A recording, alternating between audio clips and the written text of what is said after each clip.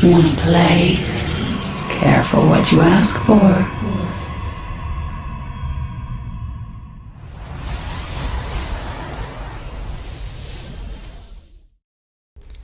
Hello and welcome to yet another StarCraft 2 cast. My name is Ian Valentino and this is another game from the Nebraska Esports Association StarCraft 2 Open. And today we have a winner's bracket game in the second round of the winner's bracket. I believe one of these players had to play in to get to round 2. That may not be the case because there are 4 play-in games to get to this round 2, which had quite a few players in it. So this is the big round, the big juicy first round of gameplay, and every first game started on Antigua Shipyard, a very, very big map with only one zone on a tower, very easily controlled by tanks actually. So that might help our purple Protoss in the top left, KENTON. Purple Terran, excuse me, not purple Protoss. In the bottom right, we have our red Zerg, TannerMS. I'll call him Tanner. And so Tanner is going to be, hopefully we might see some standard play, or we might see some more exciting play. He will most likely be expanding on 15, as most people do against Terran as Zerg. But KENTON is going to be starting a wall off, putting his barracks in an interesting location, so he'll probably finish the wall off by putting a supply depot right there in between the barracks and the supply depot. His drone, TannerMS's drone, is going to continue scouting across the map, trying to find the spawn location rather quickly, but so is KENTON, going to try and find it at 13 supply. But this was played for that NESPA Open. It was a double elimination tournament, and this is, like I said, in the winner's bracket, is a best of 3. So whoever wins here still has to play another game and win to continue on. The whole event was a LAN tournament, and they were all playing on computers provided by QuickTech Computers. That's QuickTech with a Q instead of a ch.net, so check them out if you are in the Lincoln area, as well as Greenfield's Pancake House, Da Vinci's Pizza, and I think there's a few others, but I don't have them committed to memory. The big one that you should know is that QuickTech Computers. You really should check them out. They're going to do some custom build gaming rigs and stuff like that. One gas finally coming up for KENTON. Very standard timing so far with everything. He is going to get 3 barracks though, so he's not going to be going for some early medevacs. He's going to go with some heavy marine pressure, maybe some Marauders added in there, or probably just some stem pack and some combat shields. That's probably why he has the gas up. Or he could be going for an MMM build, not as popular, but pretty good against Roach play. Expansion is up for Tanner right now, so he can be doing a number of things, but he will have the economy advantage, but he is susceptible to those early attacks. Spawning pool is now up as well, but he is not harvesting that gas for metabolic boost. He may start metabolic boost as soon as he hits 100 gas in just a second. He's just hit it right now. Let's see, I don't think he may not. He may not go for, yes, there he goes. He does start that metabolic boost. Queen is now out. He's not doing much right now. He really needs to spawn that larva right now. He's spamming. He finally realizes the queen is there, and injects from both the queens. They're actually both out now.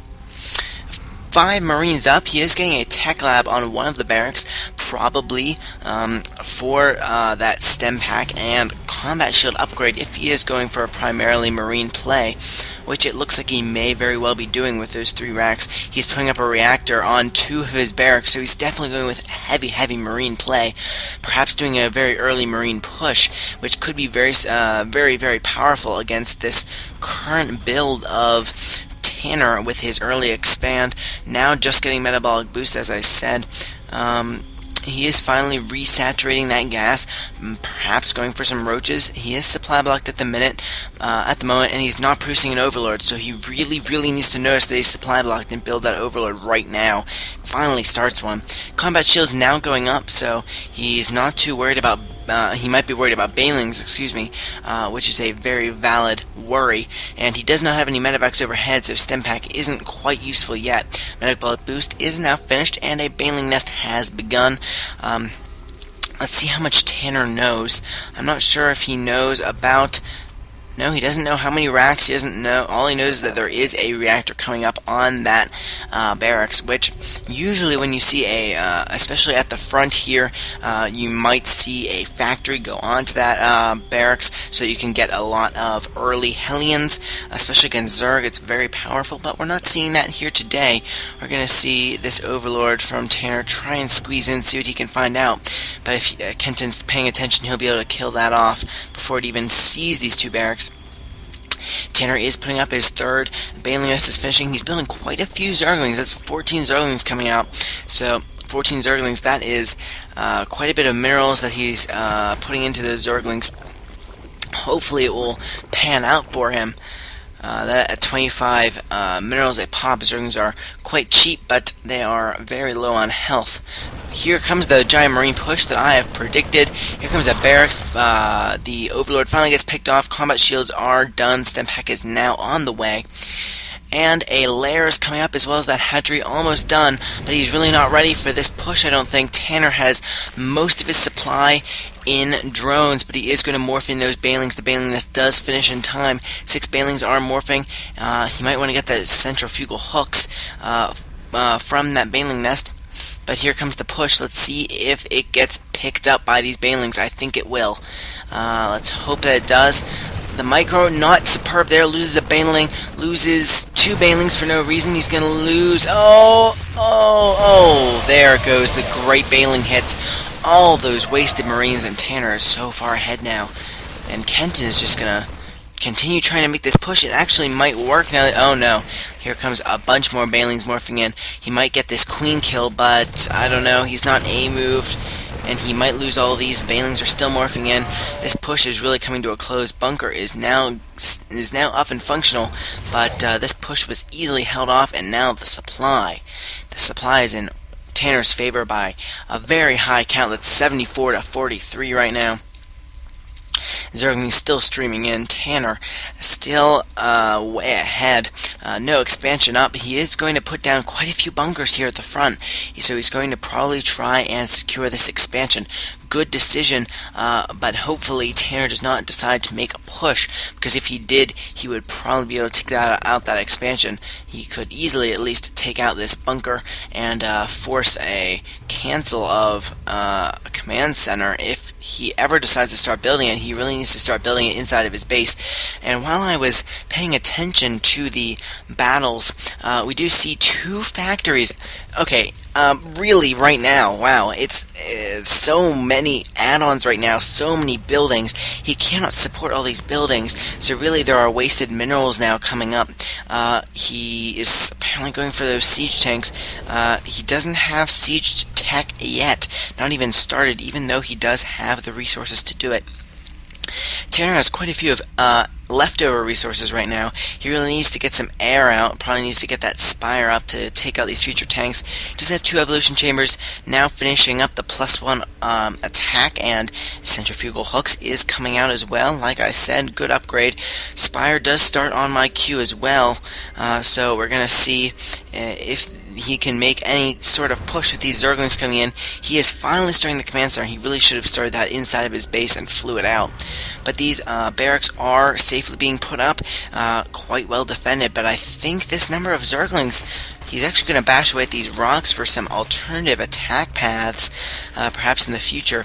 But he does know that there's no expansion here, so I'm a little bit surprised by this decision. He has so many Zerglings, and they do have that one attack. He's expanding all over the map. He has the entire bottom of the map. This is the kind of thing you can do on Antigua Shipyard.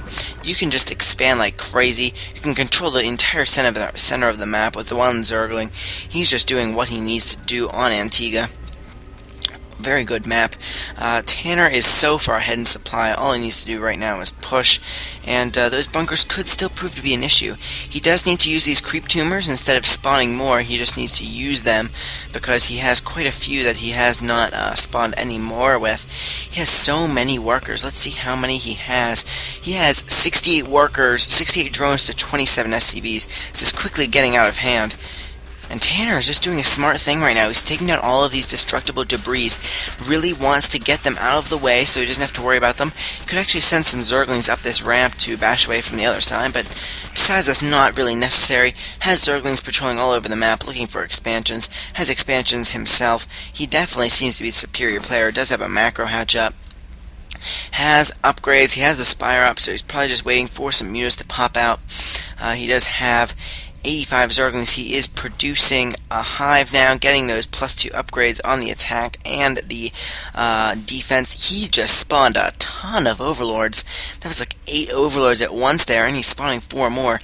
Still creating 10 more drones. He's going so drone heavy, he's not going to have very much supply left. He is building a Nidus network. Not going to be able to do much. There are buildings all over. I don't even know where he's planning on putting it at the moment.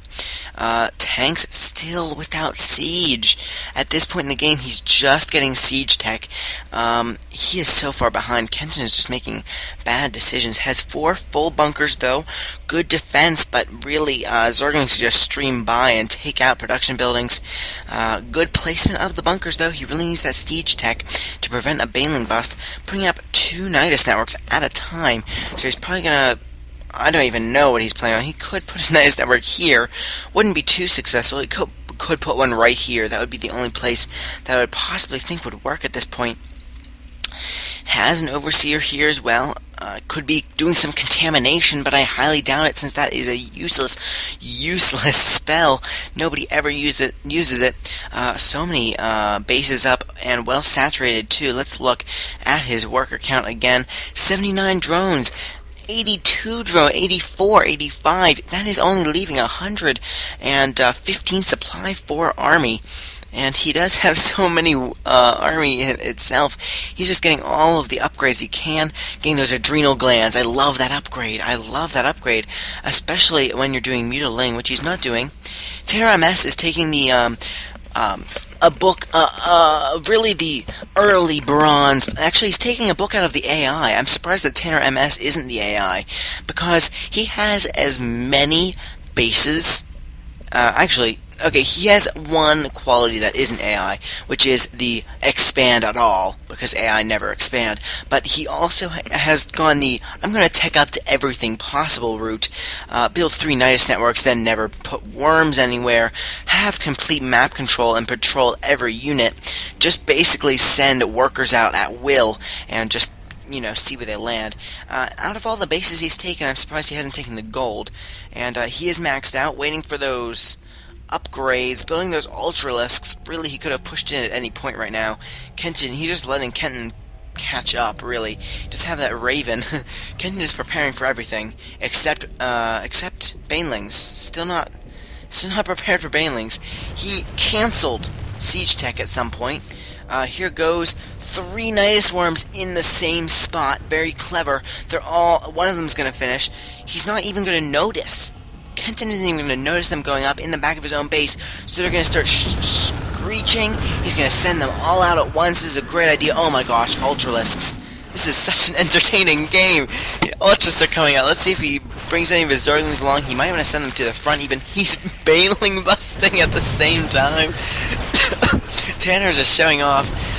What is he going to do? He's finally going to respond. Kenton is finally going to realize that his base is completely gone. All of these Ultralisks are going to tear up the base. He does have shit in his plating, so he does have 4 carrier space. It'll go up to 5 in just a minute once this carrier space level 3 finishes. He's just these Ultralisks are going to take out the entire army of Kenton. Kenton just doing a great job so far of his macro. Of course, it's not his fault. He's just lost. He's just not that good. He is going to do a Baneling bust from the front at the same time. I'm surprised that we haven't already seen a GG. You lost your entire base, you have one mining base, and you still haven't opted to take your second gas. He's emptied out all of his bunkers, and no, he flees. With all of his banelings, he flees and decides that he needs to re-macro. Oh, and he's gonna, great idea, he's gonna send them in the back way. Still with no siege tech. Oh, finally has siege tech, but decides not to use it. I don't know what the call is here when you see a player do this. I'm sure he's a magnificent player of some other race, hopefully, or he's new. What astounds me is that he is playing. This is a live LAN tournament. This isn't online. He is live in a place playing this game. And TannerMS is already remaxed. He lost all of his SCVs in one Baneling Must because, oh my gosh, I think he just created about 100 more Zorglings.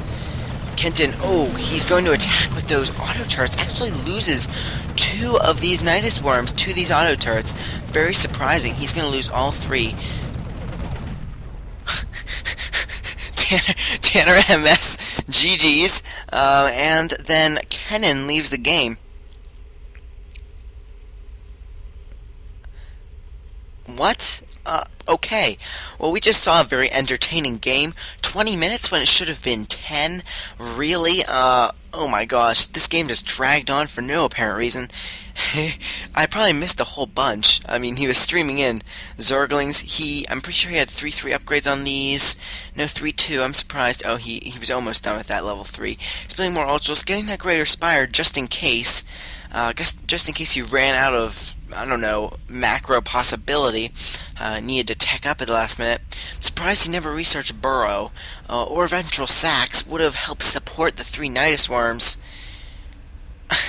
I don't know. I don't know what to say to that. He did have quite a few Banelings in the Nidus network as well. So let's see what happens in Game 2. Stay tuned.